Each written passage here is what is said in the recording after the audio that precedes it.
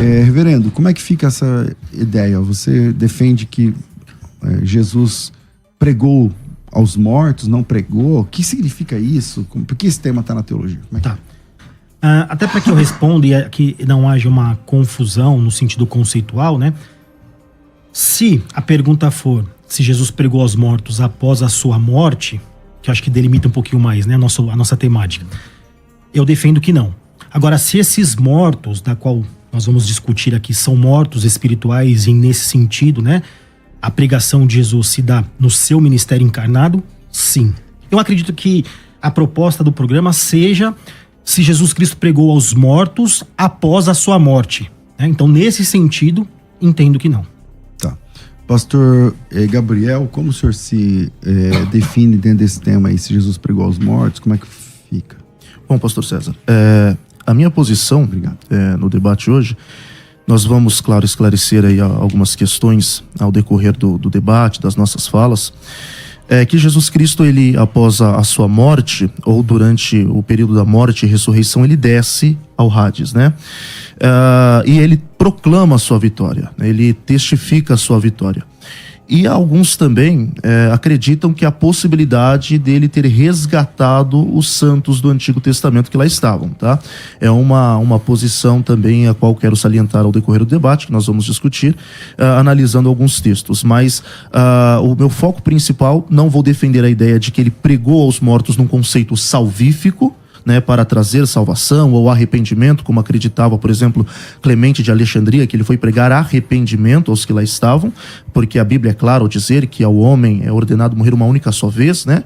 Enfim, mas acredito que ele desce ao Hades e testifica, proclama a sua vitória. Bom, para quem está acompanhando a gente aí agora no YouTube, estão perguntando o tema. O tema é se Jesus pregou aos mortos, né? Se Jesus pregou aos mortos. Então, quem puder, escreve aí nos comentários que ajuda quem está chegando depois. Vamos lá. Pastor Tiago, como fica essa questão de 1 de Pedro, capítulo 3, versos, especialmente o 19 e o 20, que diz que ele pregou os espíritos em prisão.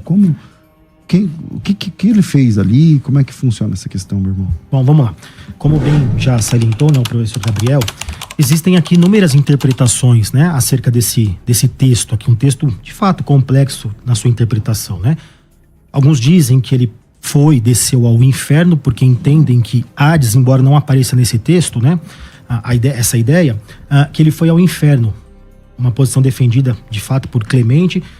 Existe também uma teoria ou uma interpretação que diz que ele pregou no limbo, né? Ou no limbus patrum, que é a ideia daqueles que foram mortos em Cristo Jesus, aguardando a vinda do Messias, né? Estavam no lugar, aguardando este anúncio ou esta anunciação. Existem também a ideia de que ele proclamou a vitória, então não é uma pregação no sentido evangelístico. Salvífico, como diz Gabriel. Exato. Eu entendo, talvez não seja a posição majoritária, mas aqui quero tentar pelo menos esclarecer o porquê que nós entendemos dessa forma, que na verdade aqui nós entendemos que ele pregou aos espíritos cativos do tempo de Noé. E aqui eu ofereço alguns motivos para que a gente fundamente essa interpretação, né? Primeira delas é por uma questão teológica, ou seja, nós não vemos base bíblico-teológico para nenhuma das interpretações anteriores. Por exemplo, na questão salvífica, né? Como é que ficaria essa questão? Um segundo motivo é uma questão hermenêutica.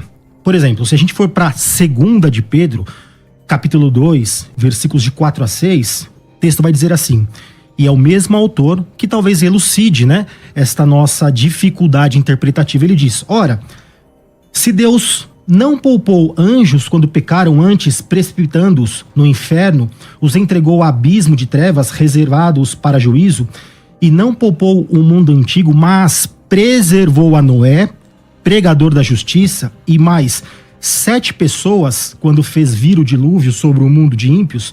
E aí ele termina aqui a sua ideia. A minha pergunta é, aliás, a reflexão é: perceba que esse texto ele está em paralelo com esse texto que nós estamos trabalhando, né, de 1 Pedro 3. E perceba que aqui existe uma semelhança que nos ajudará na interpretação. Qual é? Que 8 pessoas foram salvas. Quem seriam essas pessoas? Gênesis 7:13 vai dizer que quem entrou na arca foi Noé, seus filhos Sem, Cã, Jafé, sua mulher e a mulher dos seus filhos. Então perceba que nós estamos remontando a ideia de que ele está falando de uma salvação que não é espírito maligno, mas que é algumas pessoas, especialmente a 8 pessoas deste período. E talvez a pergunta neste momento dos ouvintes seja, mas ok, como foi que Jesus pregou, né, neste período? O próprio apóstolo Pedro nos dirá nessa segunda carta, capítulo 1, versículo 20, quando ele diz assim, lá a parte do 20, né, sabendo primeiramente isto, que nenhuma profecia da Escritura provém de particular elucidação, porque nunca, jamais, qualquer profecia foi dada por vontade humana. Entretanto, homens santos falaram da parte de Deus, movido pelo Espírito Santo. Então nós entendemos que o Espírito ali, de Deus, ou o Espírito Santo, agiu em Noé, ainda que não de uma forma verbal, mas velada, até mesmo pela construção da arca, chamando o povo ao arrependimento, povo esse que não se arrependeu, então recebeu o juízo. Ok. Professor Gabriel, o senhor crê dessa forma ou não? Como que você entende? Não, por mais que essa interpretação é abraçada por grandes exegetas hoje na atualidade, acredito que ela tem algumas falhas, e nós poderíamos aqui até mesmo pontuar quais são essas falhas. Além de falhas gramaticais, quando nós analisamos o texto, em primeiro momento, talvez uma leitura rápida, vemos que o tema não é trazer a ideia de que o Logos pregou, ou o Espírito do Cristo pregou, influenciando ou através de Noé. Nós vemos que a preocupação também do autor da epístola é, de certa forma, construir uma cronologia. E essa cronologia se dá a partir, por exemplo, dos sofrimentos de Jesus. É por isso que ele inicia dizendo, pelo menos esta parte aqui, que Jesus Cristo padeceu uma vez pelos pecados. E depois, algo que faça alusão à sua encarnação. Aí ele entra nesse texto que realmente é um texto difícil, é discutido desde o período da patrística. E é interessante que, ao desfechar este período, este texto, no versículo 22, ele conclui com a exaltação de Cristo. Então acredito que este evento aqui se dá justamente entre o sofrimento e a exaltação de Cristo, entre a morte e a ressurreição. Agora, é claro, essa descida de Cristo, por exemplo, a ideia dele pregar aos espíritos em prisão, acredito que de forma alguma possa ser essa pregação num conceito, numa ideia salvífica, conforme nós falamos aqui no início do debate. Além do mais, acredito que essa interpretação é falha pela própria história da igreja. Porque quando nós vamos analisar pelo menos os primeiros séculos, os primeiros relatos dos pais da igreja, eles acreditavam numa descida de Cristo ao Hades, né? É claro que tem aqueles com pensamento um pouco heterodoxo, né? Como, por exemplo, o próprio Clemente de Alexandria, dentre outros, os pais latinos também, por exemplo, acreditavam numa ideia de salvação, numa ideia de arrependimento, enfim. Mas alguns com pensamento um pouco mais ortodoxo, e quero citá-los aqui ao decorrer do debate, até mesmo para reforçar a ideia de que Cristo sim desceu ao Hades e testificou a sua vitória, conforme diz Colossenses, dissipou ali as potestades e os principados. Reverendo. Vamos lá. Eu queria fazer aqui 2 perguntas, né, retóricas, mas deixo aqui em aberto caso o professor queira responder. Primeira delas: quando esta pregação, embora não seja evangelística, talvez o professor vá defender a ideia de uma pregação sobre a vitória, né? Quando isso ocorreu? O professor já, pelo menos pelo que eu entendi, disse que foi entre a morte e a ressurreição, não é isso? Correto. Então, nesse sentido, a minha pergunta é: como é que fica o texto, por exemplo, de Lucas 23? Onde está Jesus, lá os 2 ladrões, né? E um pede que ele o salve aqui nas minhas palavras. Então Jesus responde: em verdade te digo que hoje estarás comigo no paraíso. Mas mais do que isso, a partir do 44, mais precisamente no 46, Jesus diz assim, um pouquinho antes de sucumbir, né? Pai, nas tuas mãos entrego o meu espírito. Por quê? Neste texto nós fundamentamos que, embora o corpo permanecesse no sepulcro, né? No Hades, 3 dias, o teu espírito diretamente foi ao Pai. Como se dá como se explica nesse sentido, nesta interpretação, que neste período de 3 dias houve uma proclamação? Essa é a minha primeira pergunta. Segundo, O senhor coloca Hades como sepultura? Isso, Então, e eu vou mostrar aqui contexto? depois um estudo terminológico, não só da tradução da Septuaginta, mas também do próprio texto grego aqui, tá? Que ela não aparece exclusivamente como sendo o inferno. Né? Então, essa é a minha primeira pergunta. E a segunda, quando se iniciou esta interpretação de que ele desceu, seja no inferno, no Hades, para pregar? Já foi citado Clemente, mas nós estamos falando de século III. Se o irmão tem alguma uma outra fonte que diga que isso é anterior ou inicia-se no século III. Ok. Bom, o senhor quer... Não, é isso mesmo. Você quer seguir? Vamos. A primeira pergunta, nós podemos entender até então de 2 formas. A fala que Jesus se dirige a Dimas pode ser interpretada com base em Lucas 16. Porque, pelo menos em Lucas 16, que muitos têm como parábola, eu não vejo como uma parábola, Lucas 16, acredito que Jesus Cristo revela ali o mundo espiritual, o pós-morte no caso. Então, em nenhum momento a ideia do paraíso ser no céu. Então, acredito que Jesus Cristo não esteve no céu durante a sua morte e ressurreição. Até mesmo porque essa é a fala a qual ele dá a Maria Madalena. Eu não subi. E o termo subir ali no grego é a ideia de ser elevado mesmo. Muitas pessoas, não, ele não indicativo subiu. ativo, né? Exatamente. Não, ele subiu para ser glorificado. Ele não subiu no sentido de porque não foi exaltado e tal. Não, mas é porque ele mesmo disse que ele não foi elevado ainda, né? Então, assim, acredito que pelo fato, em nenhum momento a Bíblia dizer que o paraíso, né, pelo menos antes da ressurreição de Cristo, se dava no céu, acredito então que ele realmente está no paraíso, só que o paraíso fica nas regiões mais baixas, talvez naquela clássica imagem que nós temos de Lucas 16, onde nós temos o seio de Abraão, né, o Tártaro e o abismo, né, que faz a distinção desses 2 lugares. E aí eu acredito, ali é o Hades. O Hades, no caso. Acredito que ali não, em nenhum momento é uma parábola. Acredito ser uma história real, contada talvez de uma forma parabólica. E a questão do espírito, ao meu ver, Jesus apenas está citando um salmo, e este salmo, na verdade, acredito que não podemos levar na literalidade de que o Espírito voltou para Deus, porque se interpretarmos este salmo na literalidade, devemos interpretar Eclesiastes 9 também na literalidade, né? O corpo volta ao pó e o Espírito a Deus que o deu. Muitas pessoas, principalmente tricotomistas, têm essa ideia de que, por exemplo, o corpo volta para a terra, a alma se dirige, né, ou ao céu ou ao inferno, e o espírito retorna para Deus. Quando que, na verdade, Salomão, ali em Eclesiastes, de uma forma fenomenológica, ele está querendo dizer que a parte material do homem volta a estar à disposição do mundo espiritual. Então, quando Jesus Cristo diz, em tuas mãos entrego o meu espírito, acredito que dessa forma também ele está fazendo, colocando à disposição do mundo espiritual. Ok. Até eu sei que não é essa a ideia, mas esse texto de Lucas 16, geralmente ele é muito usado, né? Não só para este tipo de reflexão, entre outros, mas aqui até para que os ouvintes depois busquem isso na sua casa, a pergunta que tem que se fazer é: aonde começa esse texto? De Lucas 16, 19, começa no? 19, né? Pergunta é, porque se você não tiver o início e ele começar aqui, tá desconexo. Jesus está falando a despeito do quê? Em que contexto? Esse texto começa lá no versículo 1. Jesus também disse aos discípulos: havia um homem rico que tinha um administrador. A parábola do administrador infiel. Por que isso é importante que a gente olhe no texto? Porque a gente vai ver que, na verdade, a discussão ou a proposta desta parábola, embora o professor não entenda como sendo uma parábola, né? Vou partir do que nós entendemos, tá?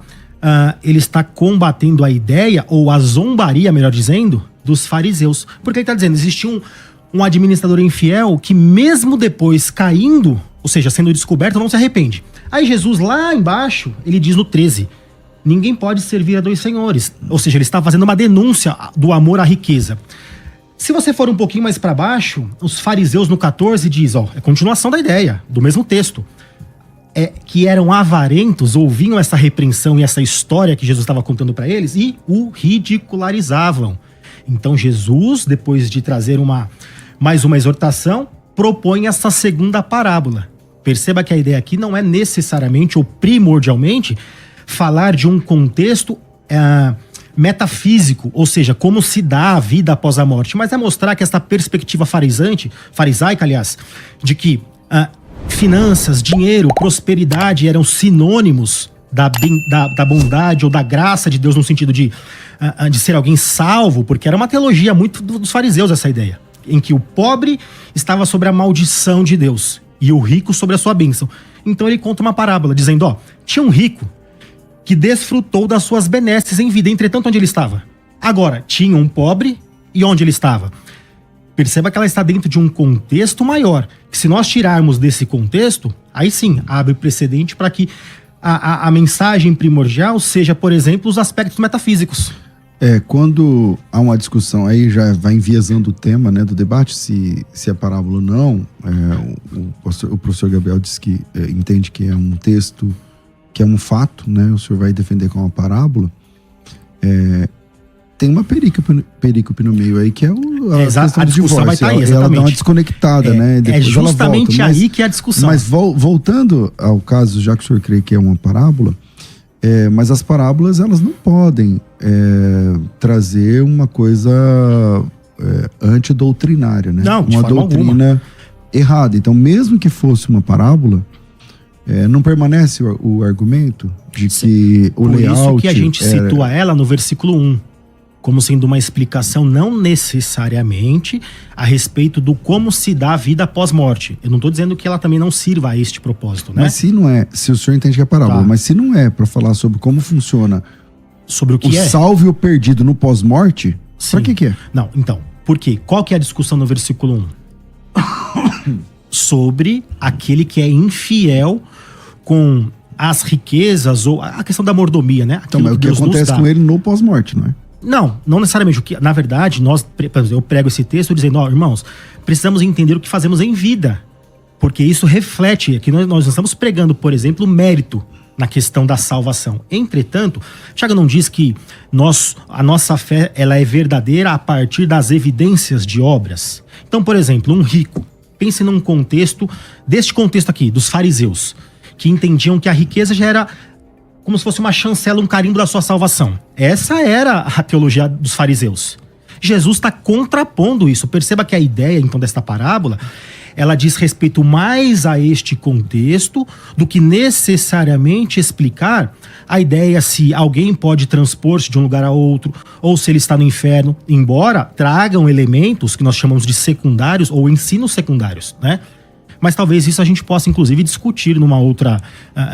de que fato ou de que se trata, né?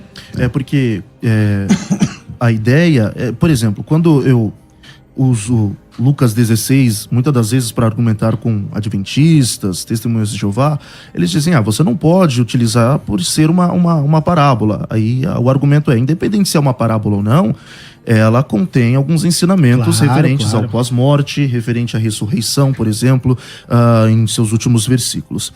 Respondendo agora a sua segunda pergunta, nós temos, por exemplo, antes mesmo de Clemente, algumas citações de pais da igreja, por exemplo, o credo apostólico, né? Aí nós temos claro, não é algo bíblico, vamos assim dizer, que emana das escrituras, e sim uma doutrina credal.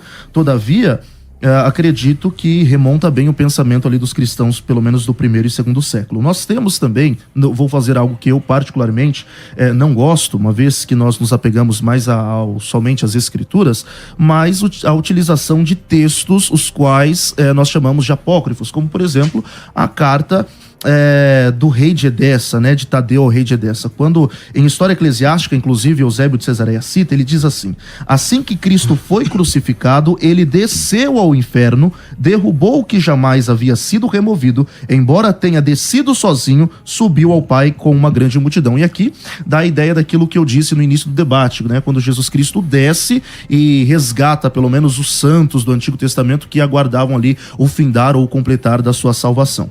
Não é uma interpretação que eu particularmente acredito. Mas nós temos também Inácio de Antioquia, discípulo do apóstolo João, que ele diz: Cristo desceu ao inferno sozinho e voltou acompanhado de uma grande multidão. Claro que se também nós pegarmos este caminho, nós temos alguns textos que poderiam apoiar, como por exemplo Efésios, capítulo de número 4, que ele levou cativo o cativeiro. Nós temos um salmo também que diz que o Senhor removeu aqueles que estavam presos nas ânsias da morte. Então nós temos alguns textos, por mais que poéticos, que apoiam essa ideia, pelo menos, de Jesus Cristo resgatar aqueles que aguardavam ali o findar da sua salvação. Então você tem mais textos... Tá. Deixa eu só fazer uma intervenção. O próprio Clemente, acho que ele é do século II, né? Na verdade, não é do século... Século III, na verdade, né? Eu acho. Vai se discutir. Bom, o nascimento, que... sim, né? Mas eu creio que a ideia da escrita... Mas ele nasceu no ano 150, né? Então, 150, ele é do século II. A gente vive hoje 60, 70. Discípulo de João.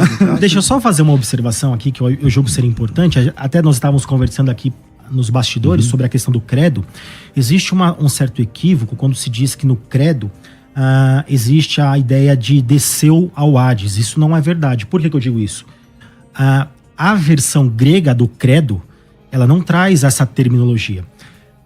O que traz é a tradução latina do credo. Isso é importante que a gente ressalte, tá?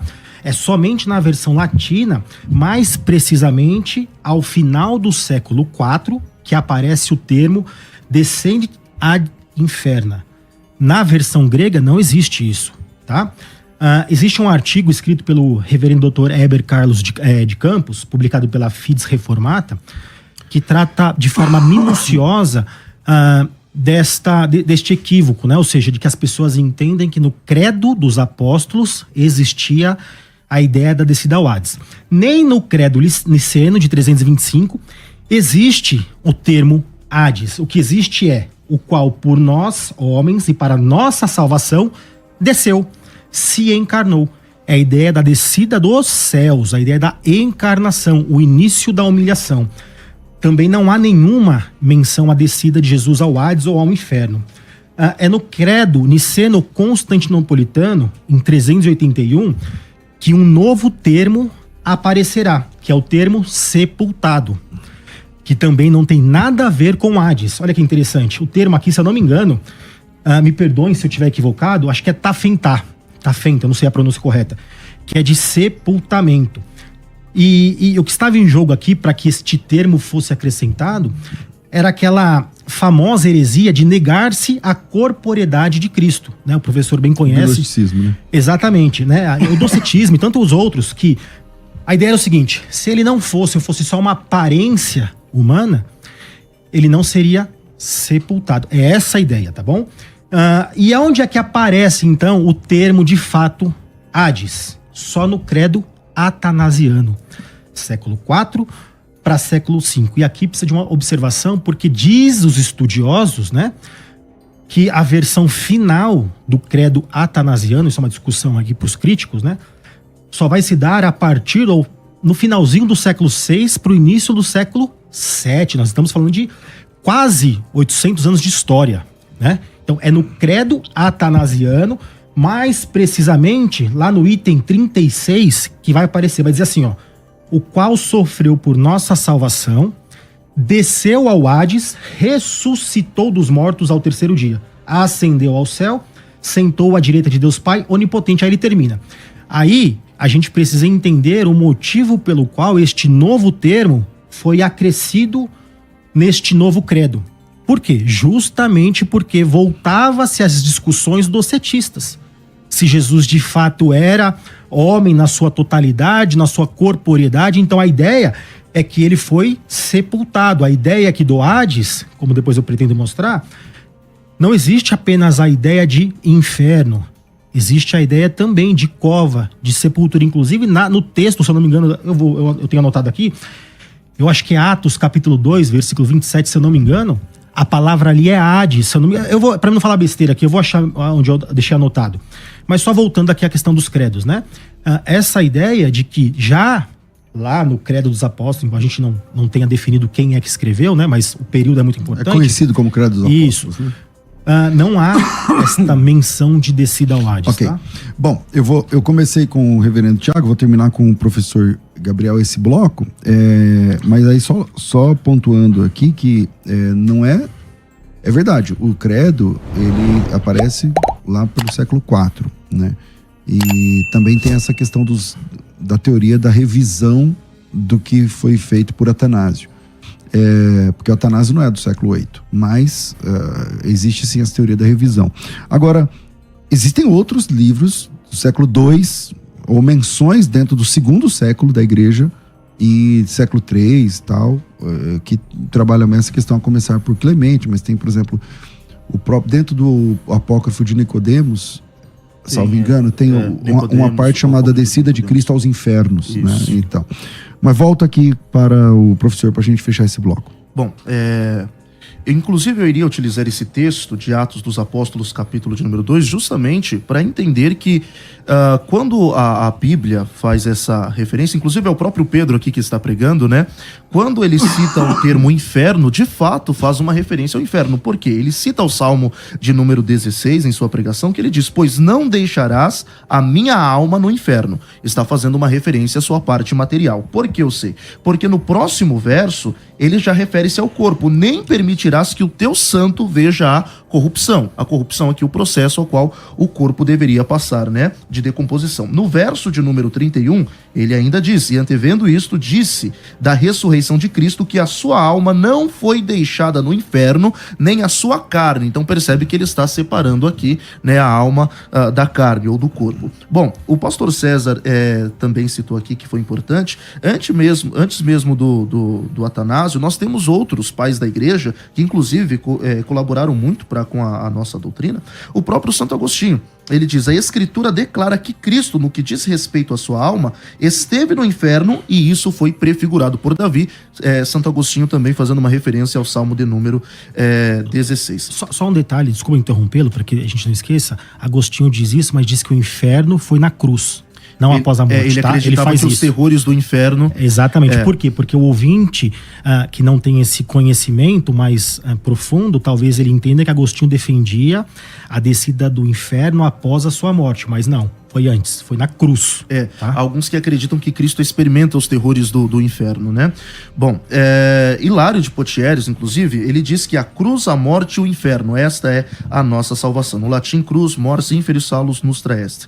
E Leão Magno também colabora bastante com esse pensamento, e citando um reformado, o Vermigli, né, que inclusive era católico e se converteu a fé cristã genuína, ele mesmo diz: a sua alma, assim que deixou seu corpo, não descansou, mas desceu ao inferno. Então nós temos ali até alguns pensadores durante o período da Reforma que também colaboram com a ideia de que Cristo desceu ao inferno.